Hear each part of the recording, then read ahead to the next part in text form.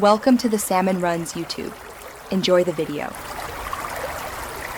You start by shutting the PS4 Slim down completely. Do not use rest mode.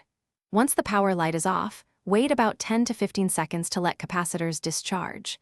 Make sure you have a working wired dual shock 4 and a USB cable plugged into the front USB port. Press and hold the power button. You'll hear one beep, then a second beep about 7 seconds later. This second beep signals safe mode is about to engage, so keep holding until it occurs. Once done, release the power button right after the second beep and the console will boot into safe mode. You'll see a simple menu of options. Connect the dual shock 4 via USB, wireless won't work here, and press the PS button to register the controller.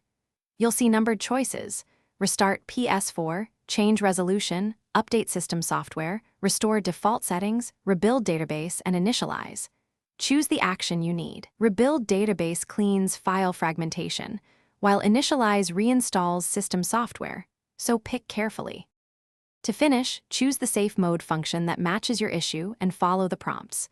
For example, select Rebuild Database to fix slow menus without erasing data.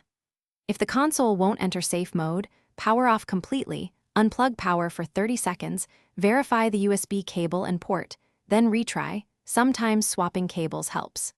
Make sure you have backups before initializing or reinstalling system software. That step erases data, whereas rebuilding is safer and often resolves performance problems. Thanks for watching. Consider subscribing if we helped you.